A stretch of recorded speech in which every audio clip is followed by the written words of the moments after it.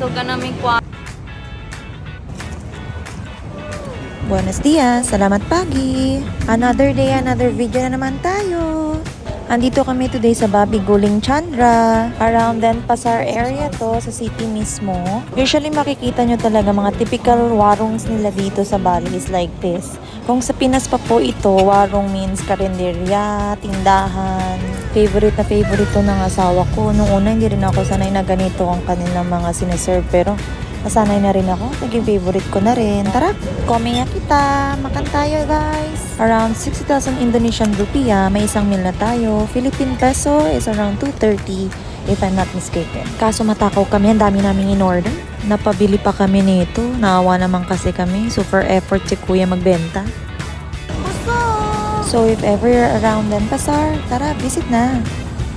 Yun lang. Until my next video.